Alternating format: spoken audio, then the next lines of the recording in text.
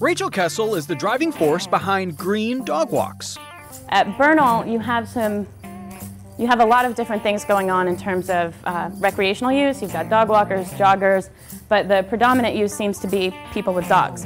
Kessel wants to get dog walkers and conservationists working together in natural areas like Bernal Hill. So she completed an intensive study on how dogs impact the popular park. There were 333 balls thrown over 32 hours.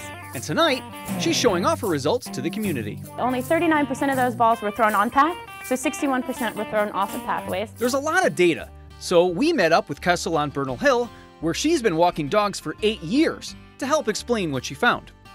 If I wasn't a dog walker, I wouldn't care so much. I was just shocked by all the contention.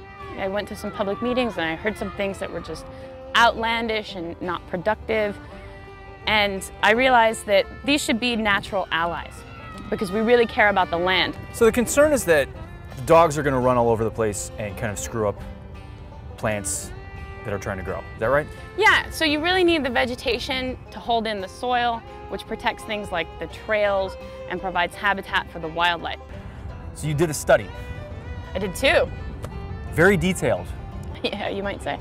Were you out here with a clipboard counting the number of times someone actually threw a ball? I sure was, yeah. I did that in 2006 and in 2008.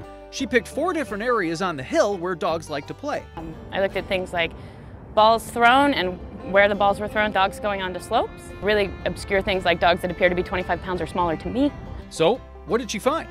What we have seen and what we know about Bernal Hill is that it's a park that's seen an increase in the total volume of people and dogs coming here. So it's become an area that is being very actively used. About 866 dogs on an 11-hour day here. How many?